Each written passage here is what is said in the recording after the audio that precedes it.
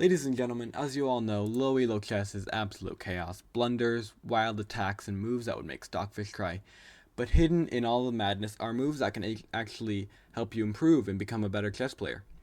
Today, we will be diving into the most entertaining and instructive low elo games, breaking down the biggest mistakes and how to avoid them.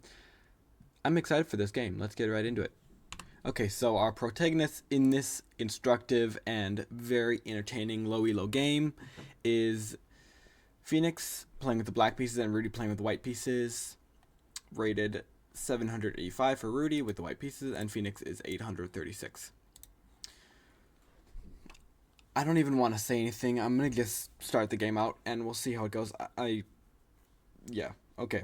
I wouldn't be surprised if you guys have to go to a hospital after this. I don't know. I hope that wouldn't happen, but maybe you guys have a very allergic reaction to this game.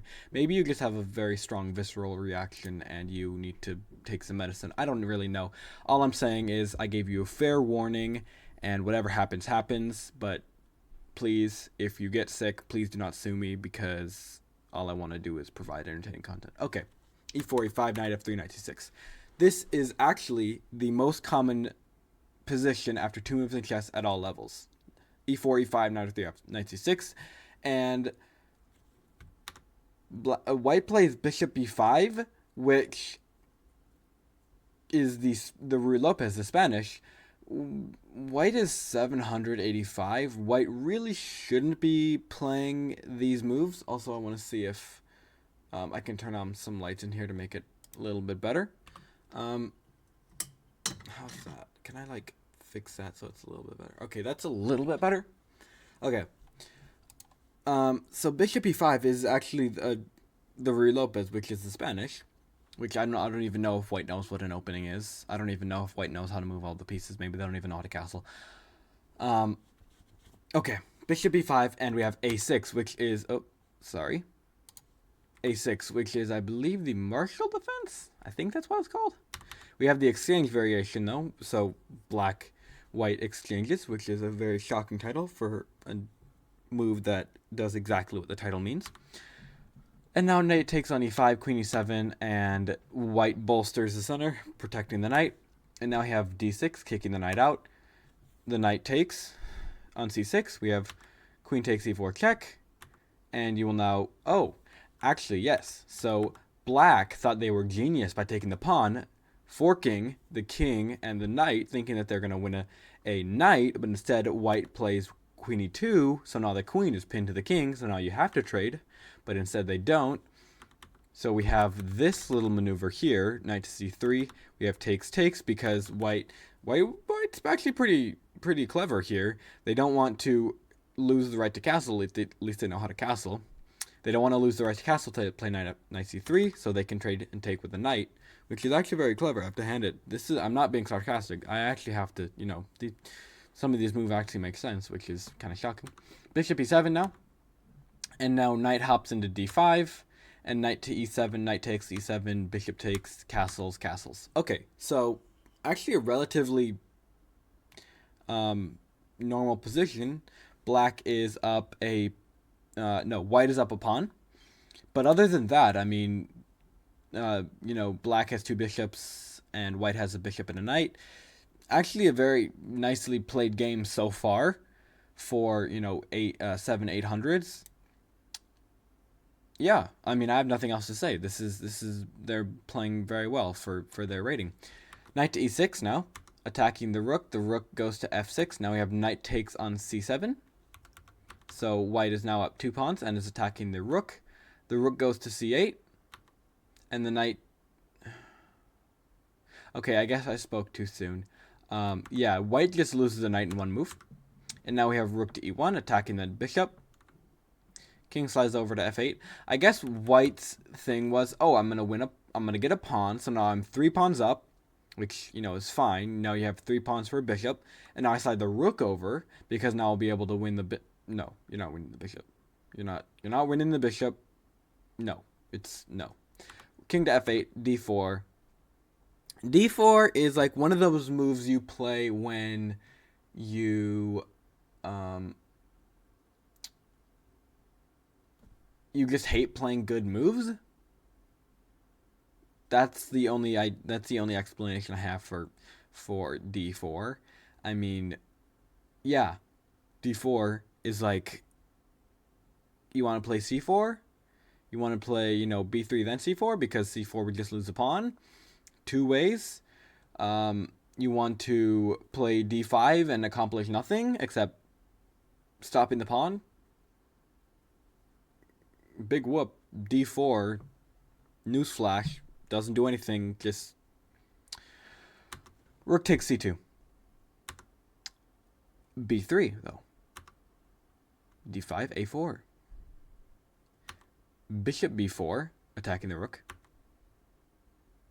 Clutch move by white. Bishop A3, pinning the bishop. Bishop takes, rook takes. Rook F C6. Now black is infiltrating. Rook A1. Rook. Okay, so I don't know if you guys know this, but just a little bit of trivia for you guys, or just a little bit of knowledge for you guys if you guys are ever trying to write down notation. If you guys, maybe you guys already know this, but when you have two rooks that can go to the same square, in this case, they're on the same file, you write down the rank, right? The rank, this thing, the side line, no, the horizontal line that they came from, right? These are called files, right? These are called ranks. Okay, you write down, in this case, you write down when they're on the same file, they can go to the same square. You write down the rank that they came from if they're on the same file. So this was on the hang on, I'm gonna get rid of this commentary.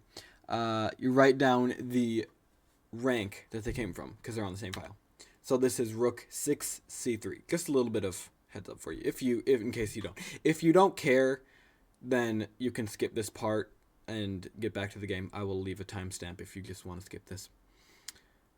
B4, and now we have bishop c4. Black bishop is now infiltrating, and those rooks are pretty menacing. I'm not gonna lie, those rooks are, they could do some bad stuff. Black is up a bishop, or they have a bishop for 2 pawns. B5, rook a2, rook takes, bishop takes, and now we have rook to e5. Rook c1 check, king f2, g6. Rook takes, bishop takes. Okay. The only way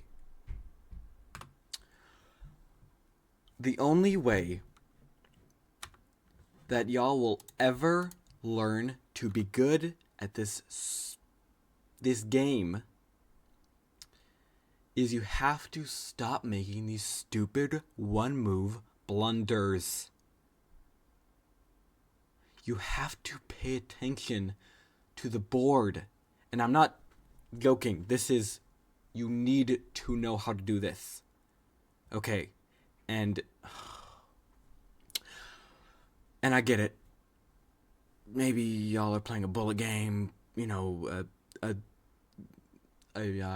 sudden death game, and you're low on time. I don't know. We're like halfway through this game. Maybe I don't think that's possible, but you guys need to realize the moves. You need to have eyes to see the board.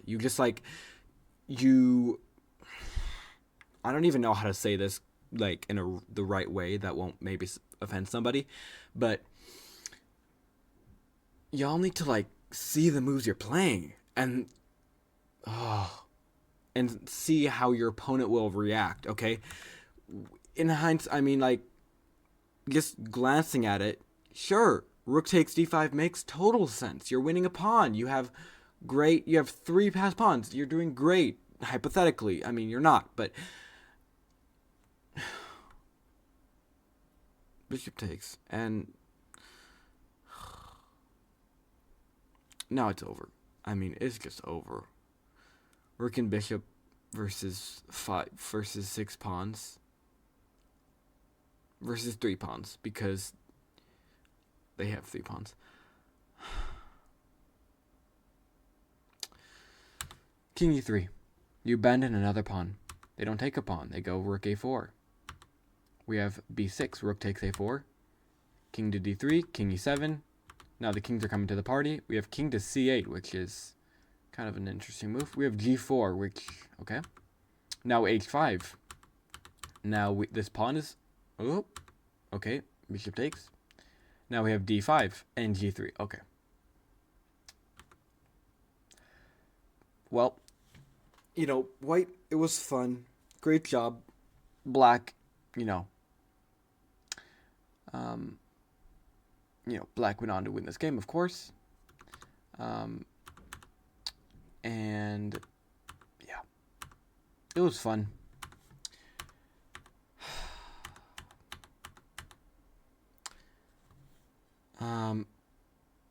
Yeah, white resigned here.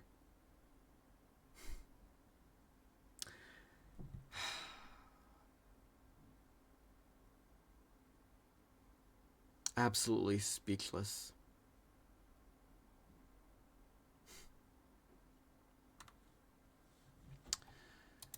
Wow. I mean, talk about a game for the history books. As always, check out the 2 links in the top of the description if you want to get a head start on your chess journey. You can get a discount for the premium membership.